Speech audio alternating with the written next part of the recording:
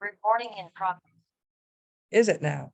It is. Okay. It is. Well, this is the last grow your own session at the end of the hour. If I don't run over again, wave to me when I start talking too much about something so we don't get done in the hour. Okay. I have a bad habit of doing that. Okay. We're going to talk about mulching in general, especially the leaves this time of year coming down, and then briefly about what to do with your tools at the end of the year. Do not leave them out in the yard. And finally, I thought it'd be nice to briefly talk about the birds that some of us feed just in the wintertime. Okay, so let's get started on mulching. Regina is here in person with Rima and me. And so I'll stick them with some questions off the top of my head that they're not prepared to answer. We'll see how much they can handle that. Mulching. I always think if you look to what Mother Nature does, you're probably better off than ignoring Mother Nature when you're gardening. And I think about my woods every year at this time. I have 10 acres, a mixed deciduous woods, and the leaves usually take about 3 weeks to come all down and be bare for the winter, most trees. And there is this beautiful leaf litter, gold, red, whatever. And gradually it loses its color and the snows come and then the spring comes. And usually by the end of the following summer in fall, just before the new leaf drop, most of those leaves have vanished. Alrighty. Once again, organic matter being converted by worms, the weather, etc., into humus, which is utilized in the soil for plant food and other things. Alrighty. So let's try and emulate Mother Nature. And I wanted to find this. So if anybody's out there listening, we'll see how smart Alexis is. Go online and say, you want the short article, the discussion between God and the gardener and what to do with the leaves. It's about a page long and it is hysterical. And we are going to find it. Rima, look it up because it is a hoot and a howl. Now, where did you see that? Years ago, one of the master gardeners who's not with us anymore found it and read it in our discussion group. Oh, And it's really, I can just see George Burns reading God, right? Didn't he do something like that once? Anyway, why do we bother emulating Mother Nature with mulching our gardens? Now, some of you are old enough, go way back to the 50s. Most gardeners had bare soil out in their veggie garden between their vegetables. And most of the farmers who grew corn, also bare soil. You don't see that as much anymore, especially with vegetable gardening in the backyard. Some big time producers still do that, but they're gradually learning the error of their ways. So why do we bother doing this? Well, okay. Why would you mulch in a vegetable garden or your flower beds, Rima? To put more nutrients back in the soil. Okay, to recycle the nutrients. What else? I thought mulch was to prevent weeds and hold in the moisture. Okay, that's the two biggies that are usually pushed. Who really wants to weed? So you save time. And it's usually a chore most people don't really enjoy that much unless you're into Zen, whatever. And watering in a drought or a dry spell like we had this summer saves you not only time, but money. Especially if you're on a town where you have a meter for your water. Well, even running a pump or a well is. Yes, that's true. Or if you have a well and depending on the drought, you might be worried about That's true too. losing water. Yep. And I started actually saving water from washing my hands and brushing my teeth, stuff like that in a bowl, and then dumping it in my rock garden, which I did not water with the hose at all. Alrighty. Was that okay? Did that work good? Yeah, I wound up with at least 2 gallons and 2 gallons at least every day that would have gone down the drain. Whatever. Okay. Something people don't think about is that it also insulates the temperature of the soil, which is why I said in your vegetable garden, don't mulch until June because you want the soil to warm up. Then you can put the mulch down, and then it will hold the soil more evenly temperatured. That's not a word. And lots of plants don't like it when the soil gets up too hot. And so so it keeps the soil at a more even temperature. Another thing people don't realize is certain diseases, viruses, fungal diseases live in the soil. When it rains, it splatters up on the leaves, Oh, yeah. and then you can get certain leaf diseases. So if you're mulched, they can't get to your plants, they're healthier. Also, this year, finally, after how many years? It really takes a long time to sink in sometimes. I use some white pine needles around my spinach and lettuce. And guess what? I didn't have to wash it because it didn't get dirty from the dirt splatter. So, okay, is that it? Yes, I think so. But isn't with mulch putting around your, especially your garden plants, you have to keep it so far away from the stems or anything? I never do. No? No. Now, in the vegetable garden, it's usually only about 1 to 2 inches thick. I'm not burying the plant with it. Yeah. All right. And of course, you may put 3 inches down everywhere in June, but by late August, it's getting thin. Where did it go? Well, it's decomposing. If you have nice worms in your garden, they'll pull it down into the soil, eat it up, da. So sometimes I have to replenish in late August. Otherwise, the weeds do start popping up. Alrighty. Da. So and this is mostly about vegetable gardening.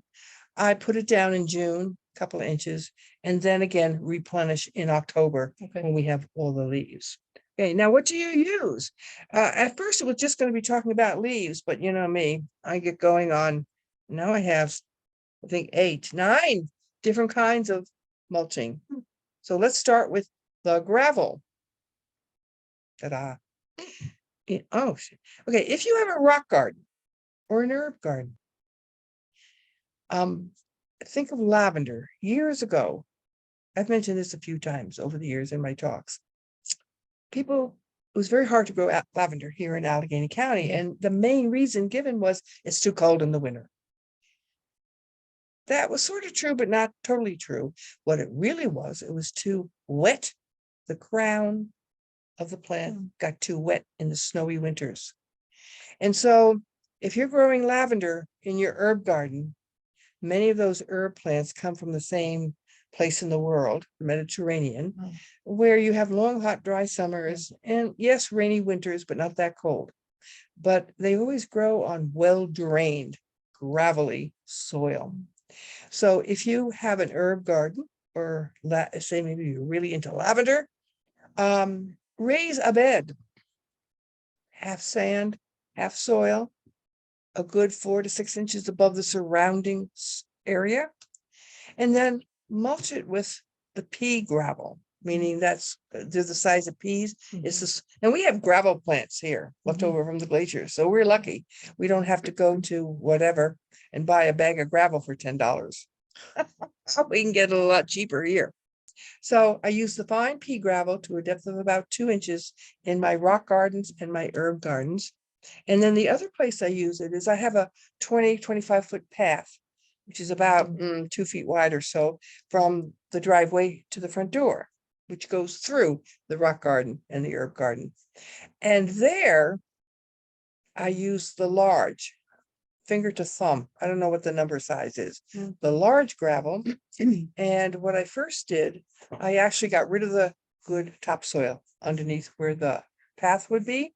And so I have a good 4 to 6 inches of the big gravel.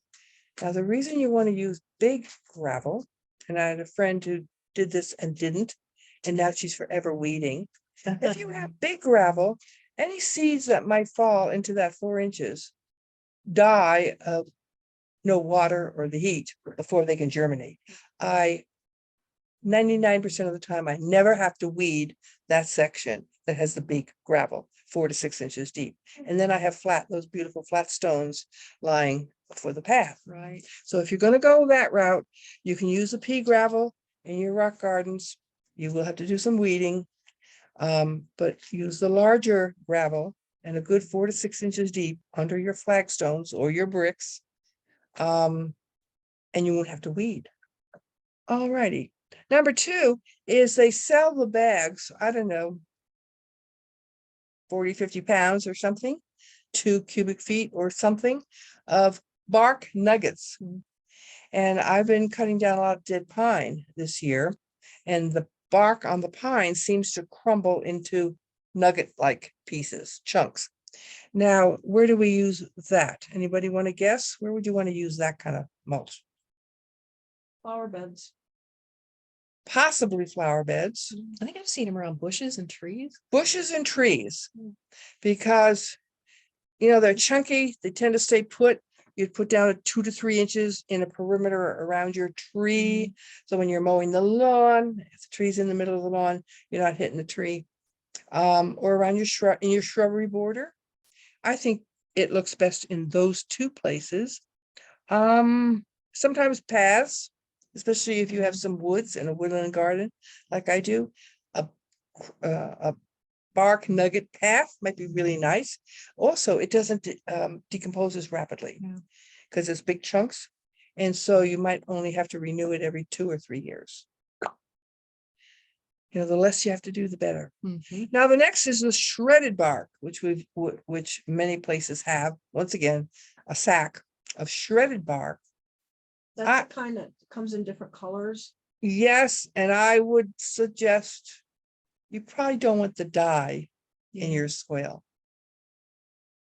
And anyway, you know me, I'm kind of a naturalist.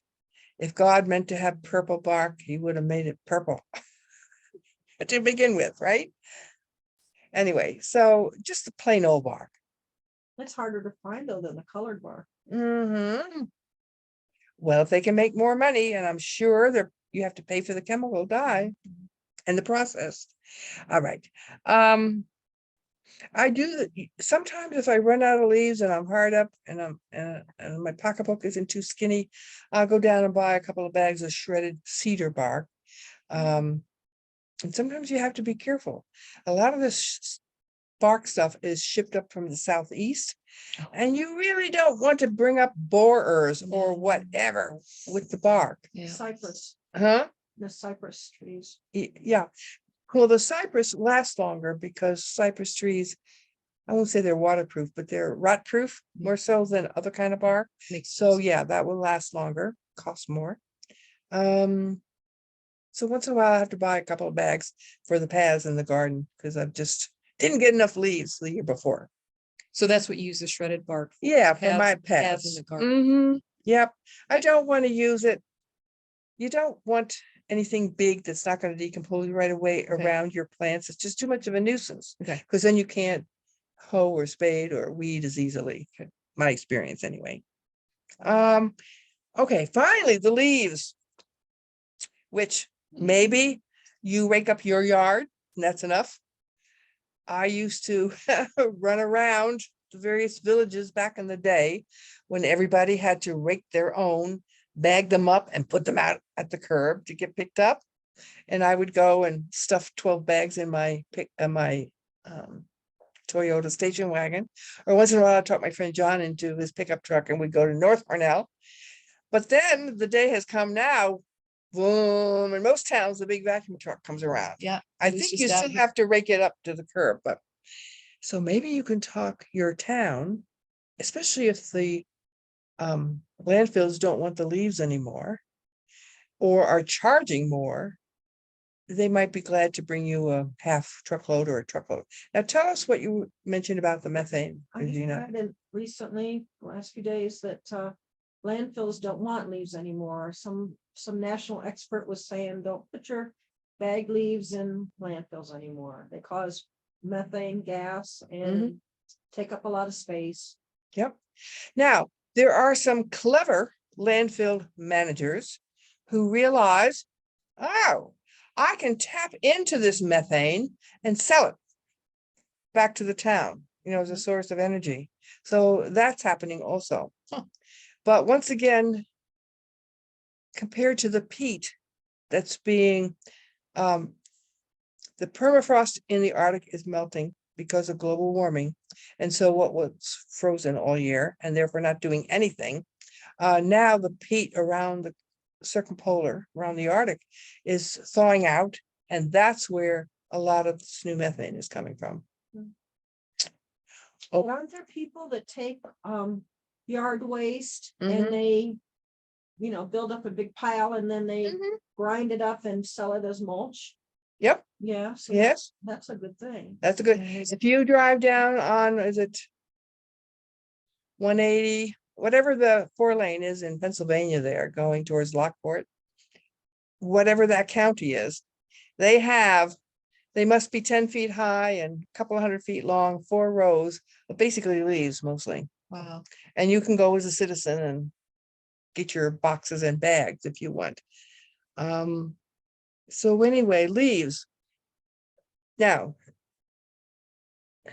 you can leave them as is, or you can mow them up. And here's the problem. Certain leaves, like oak trees, as the leaves dry, they curl up. So you don't have to mow them. Small leaves like beech trees, shadblow, Sumac. birch trees, sumac is a bush. They're small enough you can leave them whole.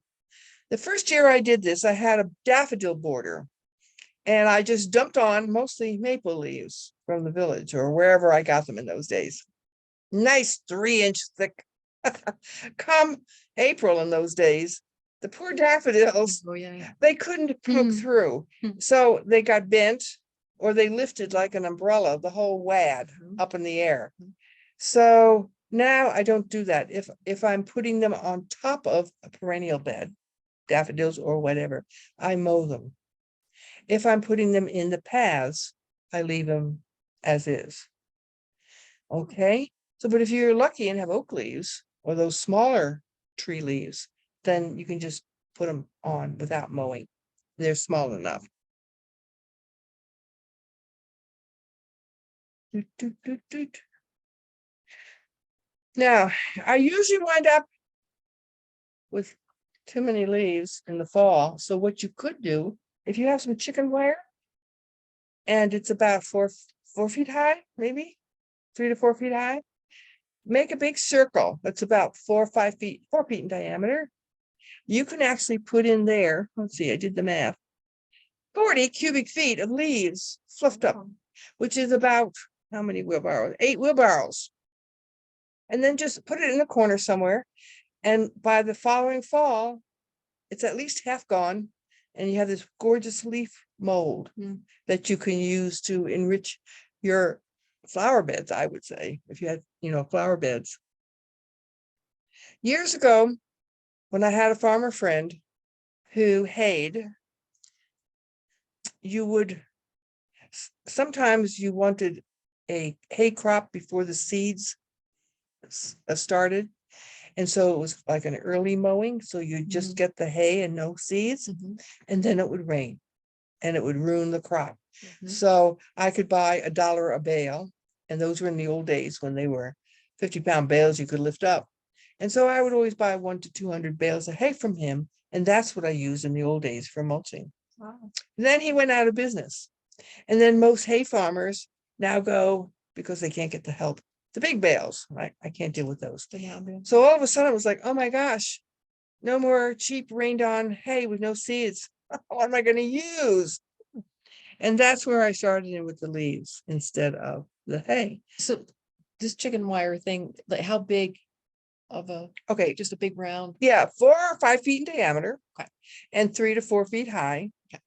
Probably 3 feet high would be easier to toss the.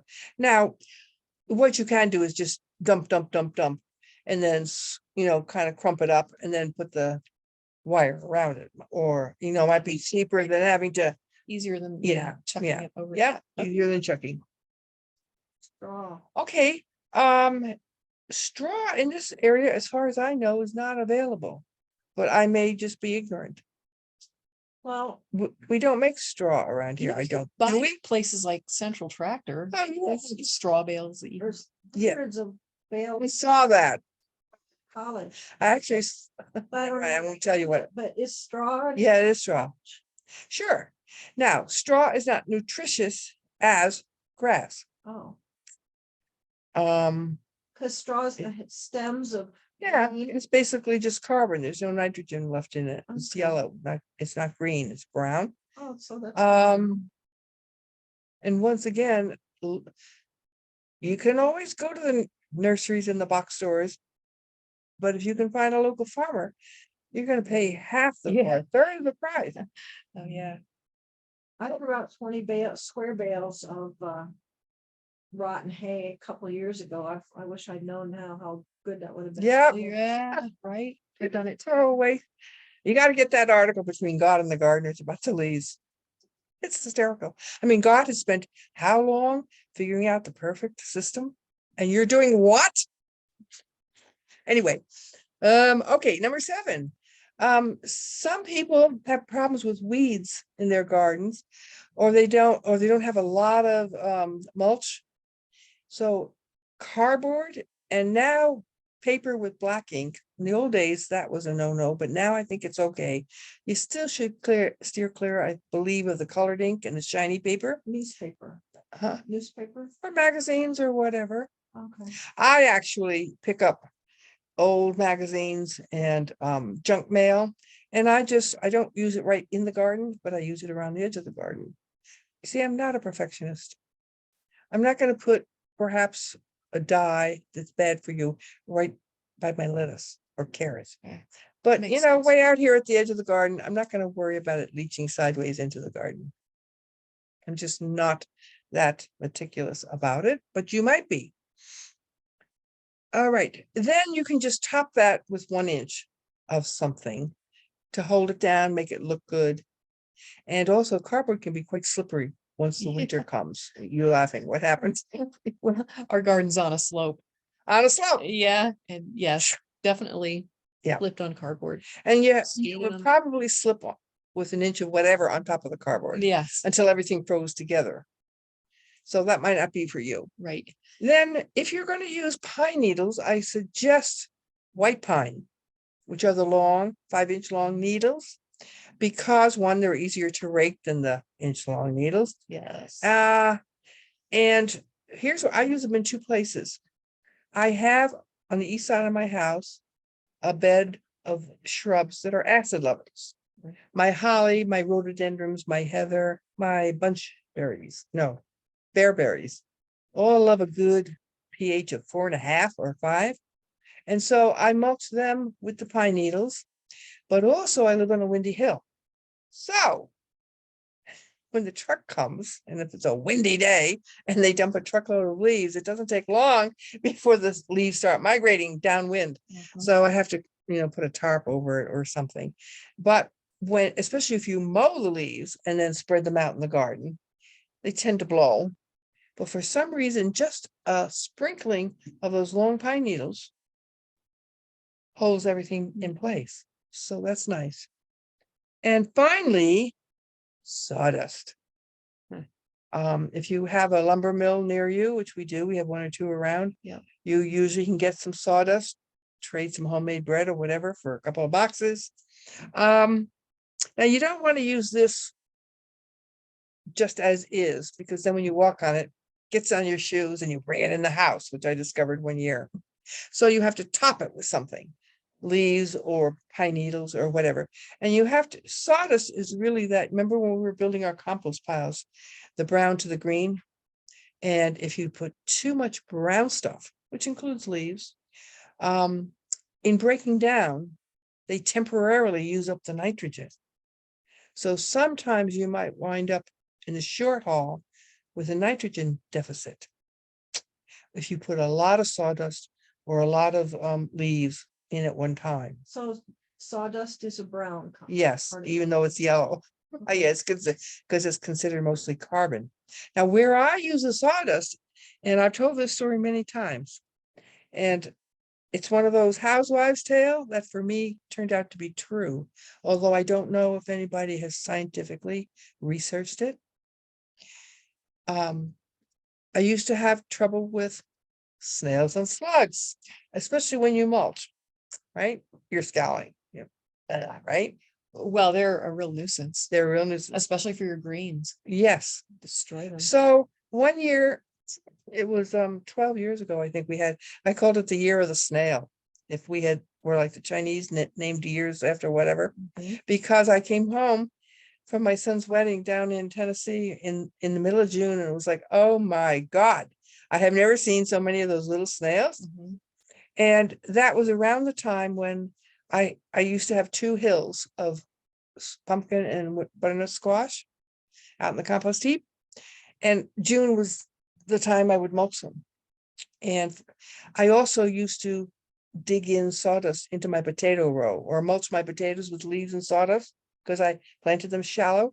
Well, I went and got my 16 boxes of sawdust. And when I was done with the potato row, I had a box or 2 left over. So I hadn't mulched the pumpkin and the squash, and they were about this big by now, in the middle of June. So I simply sprinkled a light, maybe not even a ½ inch thick, around the one. I had enough sawdust for one. Mm. And I picked off all the snails. Next morning, there was only 2 snails on the one that I had sawdust. The other one had its complement of 10, 20, whatever it was. I thought, oh, they don't like crawling across the sawdust. So since for me, my garden is edged on 3 sides by lawn or field, and that's where the slugs and the snails come from, I simply went back to the sawdust place and got a couple more boxes. And it was like only 8-inch wide band around the garden, at the edge of the garden before the grass or the field began. And since I've been doing that every year, usually in the middle of May, I have very little trouble with snails or slugs in the garden. Knock on wood. So you might want to try that. You can also sprinkle it lightly under. There's certain crops they like your green beans and certain kinds of lettuce. For me, it was only the buttercrunch lettuce. They left the other lettuces alone.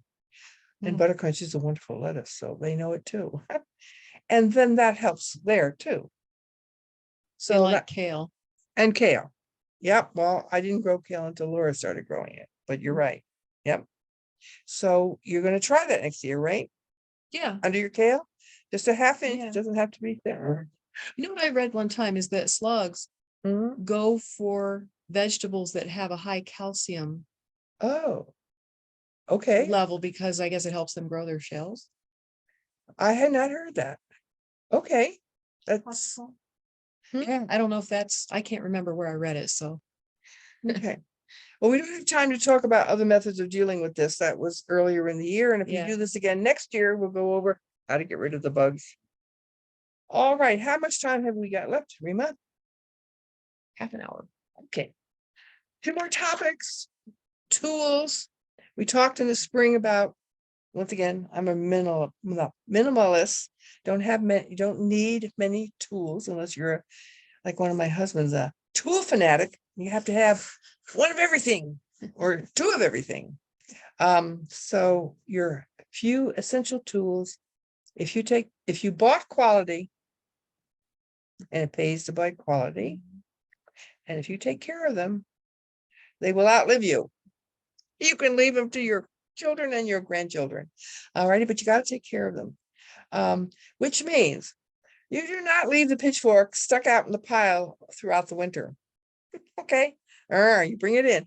Okay. So when you're, and I know I always think I'm done. And then with this crazy global warming, we wind up with these absolutely gorgeous days at the end of October.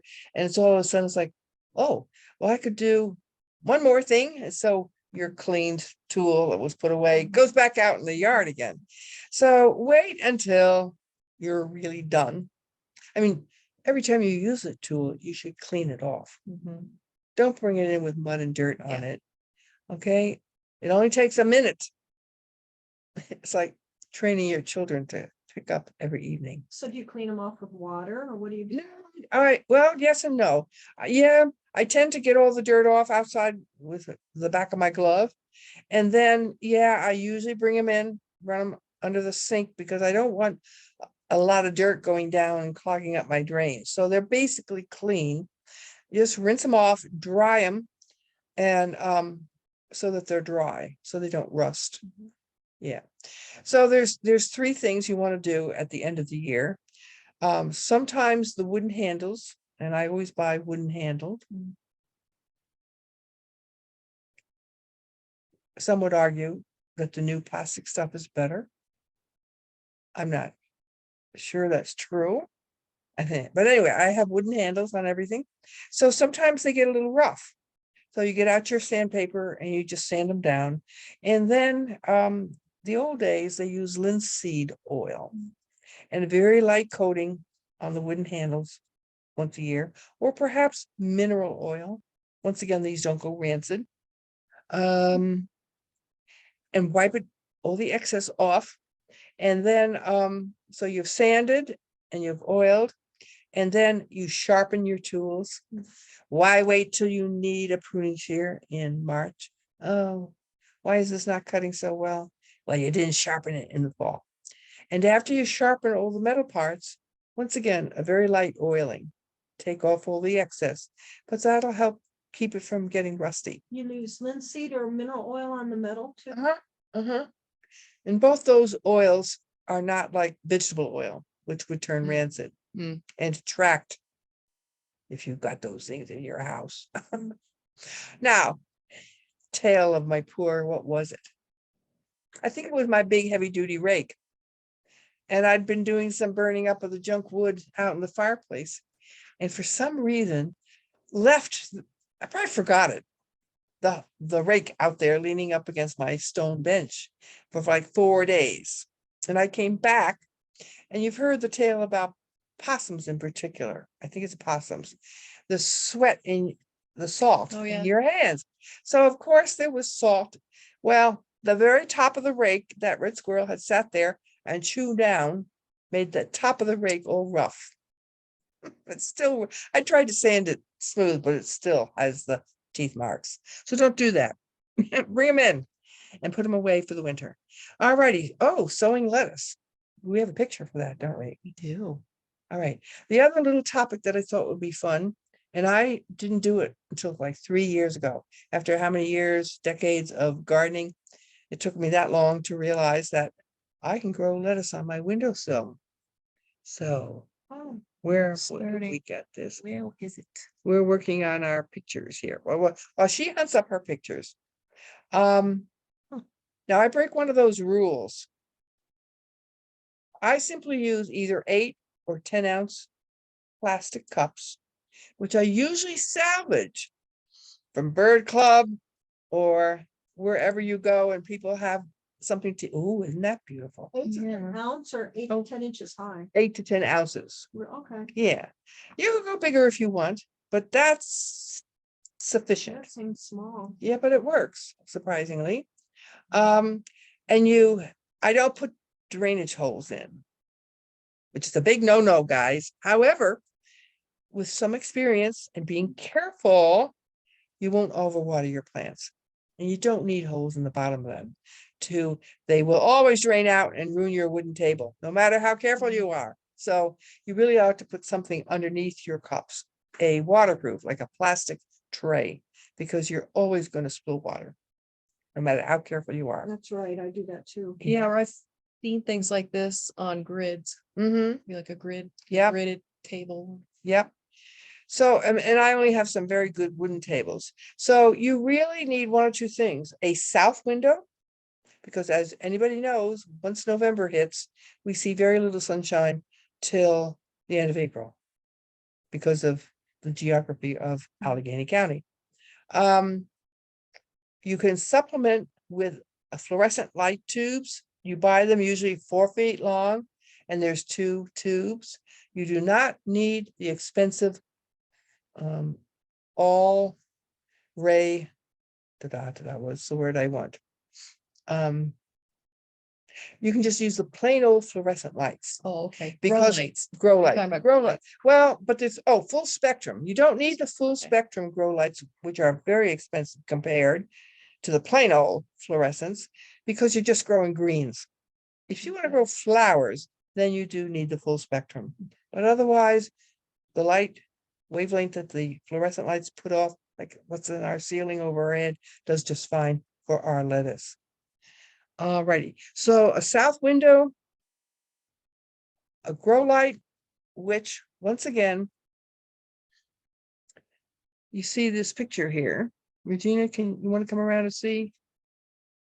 Now, those are just starting to grow. They look like they're about 3 inches high. Mhm. If you hung your light way up here, yeah, it wouldn't do much good at all. The light has to only be maybe 2 to 3 inches above the top growth to be Okay. effective. Mhm. Now, if you grow lettuces that are different, like the cost lettuces, the romaines tend to grow up and the others tend to, or worse yet, when I'm growing my tomatoes, broccoli, etc. in the springtime, they don't keep the same. So I wind up, it would really be nice to have two. I usually wind up with my light at an angle. Oh. And I have it, a little tiny chain that comes down from the S hook in the ceilings, or the I hook, whichever you call it.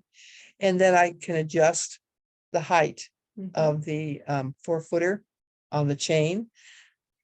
It's good for that and not other plants. It's just because I like to eat fresh lettuce that's not sprayed to death with herbicides and is fresh. And of the varieties that I like, I don't like iceberg lettuce. Mm. Now, once again, years ago, if you went into the American supermarkets, pretty much all you could get was iceberg. Mhm. I remember And it that. was pretty tasteless. And And Russian now too. you have much more variety, but once again, it's very expensive. So if, let me think, my 4 feet, I usually have, let me think, three, at least 10 of those cups spaced out a bit. So they have room, to grow. And I usually have maybe 3 rows deep. So what is that? What did I just say? 30 Yeah. cups, 24 to 30 cups of lettuce. And I'm going to suggest you grow leaf lettuce varieties because they do well. They grow quickly and they're productive and they grow well in this indoor kind of situation. And what do you use for soil? I go out into my garden. I did it just last week before that last rain and got, I think they're 5-gallon buckets. And I have 3 of those in the house now for my winter lettuce and my early crops that I plant in March. Because usually the ground is still frozen by March. Yes. Now I really brought in compost this time. And that's good. Yeah. That's good. Yeah. And my compost has, because I always edge the gardens again, and there's 140 feet around the house, I always have some sod and some dirt every year. So it's not just organic matter, it's also soil mixed in. So that's what I use. You can go and buy the stuff, but once again, if you have a garden, it's going to be a lot cheaper and better and healthier if you get your own. You buy that stuff in the store in a bag. I'm sorry, guys, I'm prejudiced. Read the label. Once I did buy potting soil. I swear there was no soil in that bag. I don't know what it was, but it wasn't dirt. Yeah. No. And it's expensive. Yes. And I try not Yes, to it spend is. money when you don't have to. So, So you go on. give it any nutrition? No, I don't, because my soil, my compost has everything it needs. That's all you need, just. That's all I need. from the Now, garden. if you have poor soil, or if you buy potting soil, usually has chemical fertilizers in it. Once again, read the bag. But my garden soil or the compost or half and half just does fine. Okay. Now, here's what I do. I let me see, where did I write this down so I can keep it straight? If I now have never started it as early as November, but this year next week, beginning of November, I'm gonna sow my lettuce seeds, which out in the garden would take like 50 days. So in the house, I'm thinking by late December, think Christmas, my lettuce will have sprouted and be big enough for my first harvest. All right. And I plan to get 4 harvests out of that initial, let's say 24 cups. And here's how you can do it. You can, if you look at the picture here, the oldest leaves are the biggest leaves on the outside. You can just pinch off, or with the scissors, but pinching is fine, the 2 or 3 biggest outer leaves, leaving the rest to grow more. And depending on how many cups you have, or how big a salad you want, or how many people are eating it, you might go through all 24 cups, trim them down. That's one way. A quicker way is you take the scissors and cut them off an inch above the ground, everything, big, little, and in between. They will regrow. And if you do it that way, and you have your cups maybe spaced a little closer in the row, every other one, that gives more space to the one that you left to fill out, while the one you cut is beginning to grow back. And then the next week, you take its neighbor out, giving it space to fill out. So you can usually do this 4 times before the plant begins to get unhappy. Mm. And you'll know, because it won't taste as good. Mm. All right, is that it on sowing? Any questions? Oh, there's 2 varieties that you might want to try.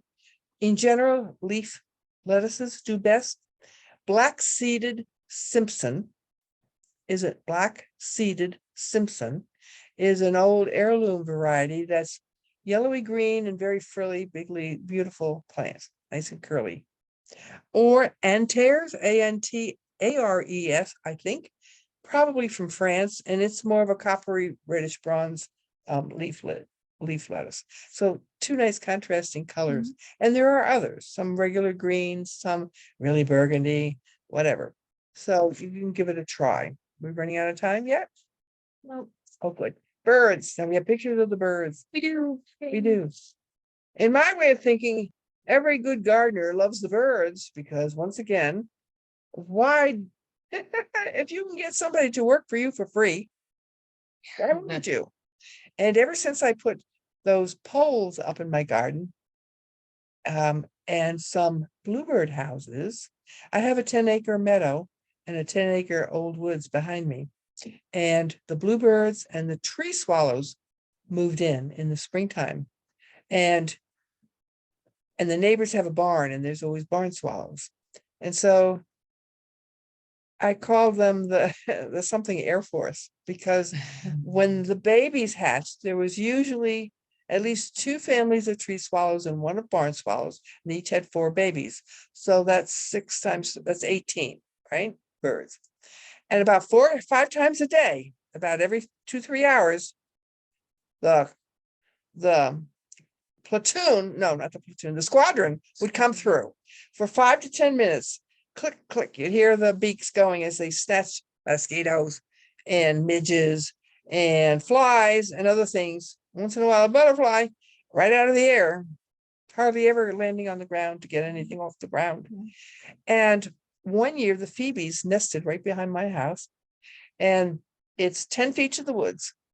And there's a stretch about 60, 70 feet, the woods, my house, the garden, and then grass for about 10 feet. Well, for that spring and summer, there wasn't a flying bug in that stretch, because the phoebe family ate them all up. Yeah. So anyway, Just stay 1 year, that's all. well, I have red squirrels and I have a cat, and they nest on the house. And I did fence so the cat couldn't get it, but the second year of the red squirrel got them. So anyway, they're around, but they don't nest on the house anymore. But I still get bluebirds and tree swallows. But we're not really talking about, I got sidetracked. These are the birds that come down in the winter from Canada, most of them from the boreal forest. And I jokingly say, we call it the snowbird. This is a slate-colored junco, unless the bird people have changed the name again, which they do sometimes. I am still calling it, for a little while, the airport. Okay, the heck with that. And so this is the junco. There are at least 3 species in America, but this is ours. Beautiful gray on top and a pale, not really white, but very pale gray belly. Pretty little pink bill. They are a sweet bird. They come in flocks. They come down. Now, I actually have a pair because of my Norway spruce woods. And some stay through Appalachia, up in the high mountains, but most of them go back north. But they show up around the time of the first snow, which is why they're called snowbirds. Okay, what else have we got that comes down from the north? What else? Oh, okay, that's the redpoll, right? Yeah. Yeah, okay. These are more rare and they come in usually larger flocks, 15, 20, 25, and they're called redpolls. And they have a cousin called the hoary redpoll, which I think is hoary means more white. They don't come all the time. The snowbirds are always here, but these fellas come when it's called an eruption, when and they're seed eaters. And if the boreal forest for some reason isn't producing enough food that fall they will migrate to the south with the food. Okay, they're a beautiful little bird. I haven't, They are. I've never seen one they years in our yard. every 3 or 4 years, I'd have a flock for the winter. They usually come into December and leave by March. Now, there are buddies that come with them, usually when it's happening. And that's when we see the snowy owls as well, when you're having an eruption because the food is scarce up north. Oh. Okay, so our pine siskins, do you have next? Yes. Yeah. Now, once again, this is one of those little brown birds, streaked breast, but with some yellow, especially when they fly, in their wings. It's not real obvious, but pine siskins, and once again, basically in the pine trees up in the North Boreal Forest. And they also come in fairly good sized flocks. And as I recall, I think the redpolls, they'll be the first ones out there in the winter at first light, and they tend to eat off the ground. Both of these birds will eat off the ground. And they I should have mentioned, I only feed two things. Years ago you didn't have to worry about crows staying in the winter. Now they do. Yeah, sure. Or do. starlings. Mhm. I'm sorry, I don't love all birds equally, and I don't want to feed them. And I'll tell you how I get around that. So I don't put out corn or millet, the kinds of food that they prefer, Mm. just the black oil seeds. And all the birds that I like will love those. Mhm. So, okay, what's our next one? Last. It should be a sparrow, a tree sparrow. Yeah. And the tree sparrow, well, okay, let's pretend we're turning it to look at us. The tree sparrow has a nice little black spot in the middle of its breast. Oh. Very noticeable, as well as the reddish crown. Are you It's not going? like a pine siskin. Except there's no yellow, Oh, and it has the two wing bands. And it, no, I mean, redpoll. yes, but it doesn't have that really reddish blotch, Okay. rosy red on its head. And it has the black spot on its chest. Okay, because I thought it looks like a chipping sparrow. What I call a chipping sparrow. Well, excuse me, you did get the right, they gave you the right bird For when you said tree sparrow, yeah. that's what it is. Okay. And you trust them. Yes, I Yes, did. yes, So yes. was that a mistake to trust them? I don't, sometimes depends on what source you have. And if it was turned sideways, the breast is very clear, Okay, very white, so that's how you know and that's a your very true sparrow. black spot. Okay. And for us, very few sparrows, at least on my hill, spend the winter. Once We have a in lot of those little guys. Yeah, yeah, they come down with the juncos usually, Okay. and in small flocks. Okay, now what else might be out there that I call local birds that are here all year round, most likely? Are chickadees. Our chickadees. Are two kinds of nuthatches. They're called the upside down bird. Yeah. They're the ones that go head first down the tree Yeah. trunk. The most common chickadee size is the blue-gray back with the white-breasted nuthatch. Mhm. But if Yeah. you're, especially in the country and have some big evergreen trees, the red-breasted nuthatch, which is smaller and I think sweeter. We And have both. then our old blue jays that are around, Lots of those. and once in a while cardinals. Sometimes my hill gets too cold for them. And I have two kinds of woodpeckers, both the little downy and the hairy, which look very similar, but one's bigger than the other. And then, too bad I didn't think ahead of time for you to get this. Wherever there's a congregation of birds, there are predators like the Cooper's hawk and the sharp-shinned hawk. Oh, And they're notorious for, oh, lunchtime down there, they opened up the restaurant and we'll hang out and every now and again grab one, which is why you shouldn't have your bird feeder, whatever it is, out in front of the lawn. It really needs to be near the shrubbery, the evergreens, so that the little guys can escape. Because once again, I love the sharp-shinned and the and the Coopers, but I really don't want them eating my birds that I'm Right. feeding. Oh, so, okay. And then, of course, if you're feeding the birds, what else are you going to be feeding? chipmunks. Well, okay, the chipmunks for me anyway, either hibernate or semi-hibernate. I don't see them in the winter. They go to sleep. But the red squirrels for Yeah. me, and sometimes the gray squirrels. And, I wouldn't mind feeding them breakfast, but they hoard it. Yeah. They stuff their face and then they go off somewhere and they bury it. So we'll have another topic, maybe in the spring, of how to feed your birds without having to feed the squirrels. And here's how, by the way, did you get pictures of bird feeders? I cannot remember if I Yeah. did that. Okay, But Rima, the Rima next- does all this work. The next one you were Yes. watering the birds. Okay, if you really love the birds and you have enough money, you want to buy a waterer with an electric heater in it. Make sure it doesn't electrocute the birds, that it works properly. But for us anyway, often there's no water available for 4 or 5 months. And yeah, you can eat snow, but it takes energy, body energy to melt the snow to water. So then you got to eat more, and their metabolism. I wish we had their metabolism. We could eat all we want and not get fat, right? Okay, so there's one. All right, what else? See, and then we have Okay, all sorts. Oh, wow. Cardinals, Yeah. all sorts of fancy feeders.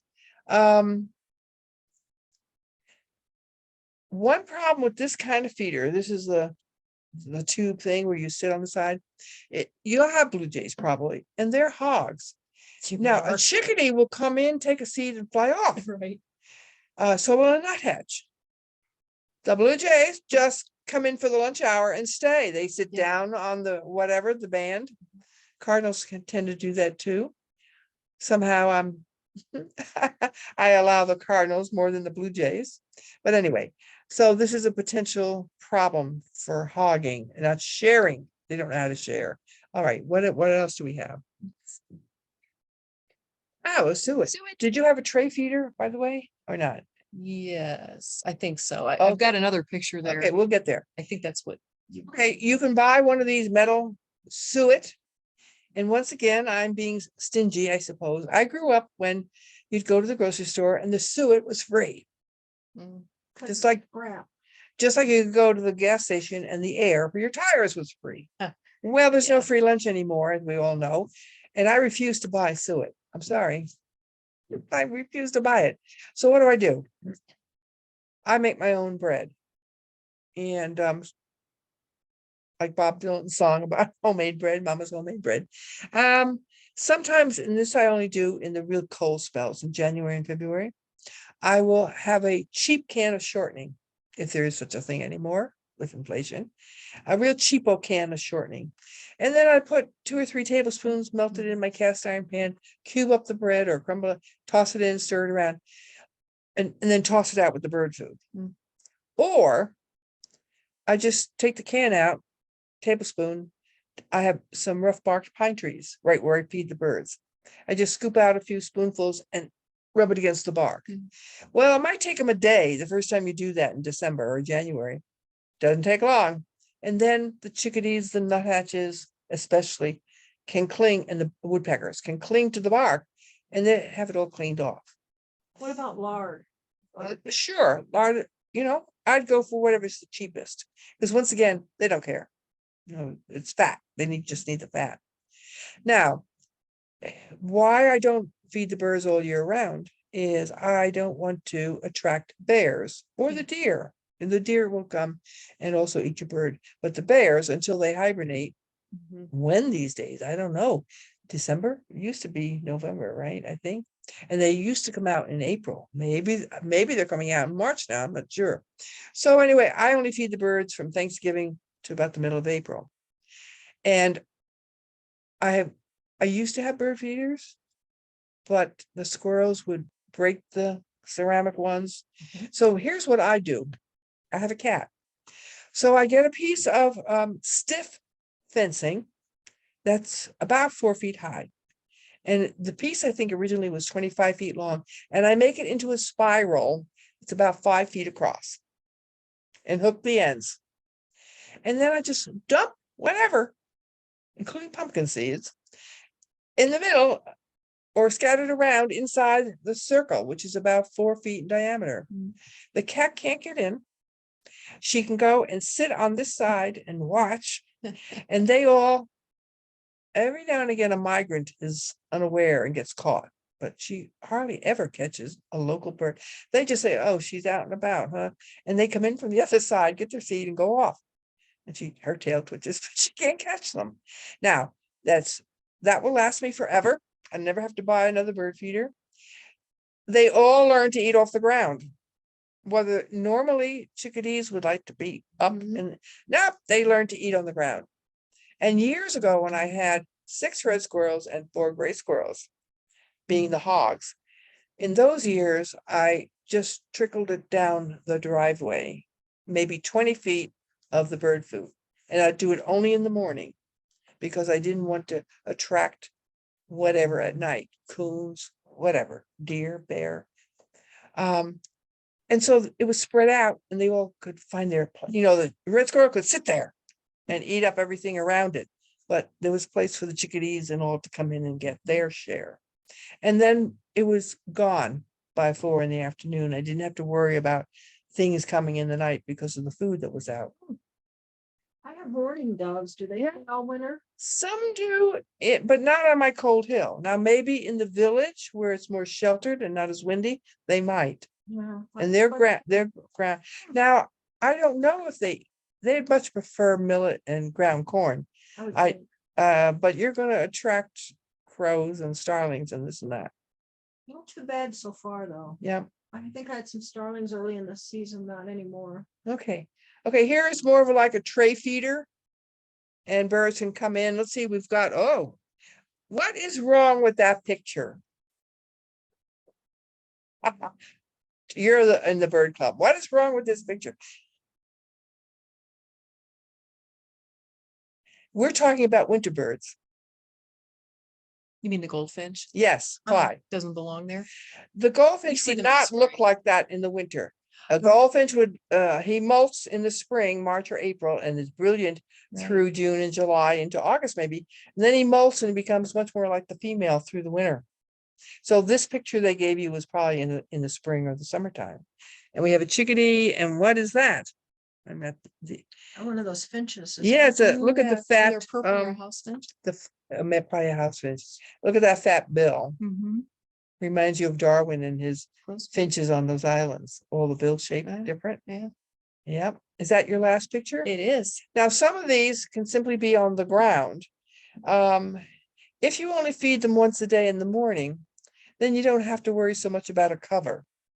Yeah, that's a nice one, though. I like that. Oh, isn't that nice? Well, as with any hobby in capitalist America, you always get companies that go in 9 yards and make, that could easily cost you $200, I would guess. But anyway, so are we out of time? We are. We are. Well, for those that want to linger 5 minutes, this was our last program on Grow Your Own. We had 13 sessions over the spring and summer and fall. And we're going to try something new for the 9 every other weeks, 3 months, 4 months, whatever, 4 months, 9 sessions over the winter, starting in 2 weeks, same time, same place, on the weather. But it's going to be fun. Everybody talks about the weather. We really can't do anything about the weather yet. And so some of my topics are going to be fun things like, why is it hot in the tropics and cold in the Arctic? Usually. Why do cactus grow in Arizona, but the palm trees tend to grow in Florida? Is the weather the same as your climate? And we are going to pound that one in so everybody now knows the difference between the weather and the climate. And what's the wind? Why is it longer to fly from LA? No, if you're flying from LA to here, it takes an hour less than if you're going back. Why? Do the angels actually able to sit up on the clouds? And why does it rain? Or why does it snow? And some more. What else? Oh, do tornadoes happen only in Tornado Alley? And why are there no hurricanes up in Montana? And finally, climate change. Thoughts from an old gardener. So anyway, we're going to have 13 topics, fun topics on the weather. And if you want to sit in, ask your questions on the topic, we'll all know a little bit more about the weather. Okay, All right. great. Well, I had Thank fun. I hope you had fun. Yeah, All right. Very good class Oh, thanks, Virginia. was.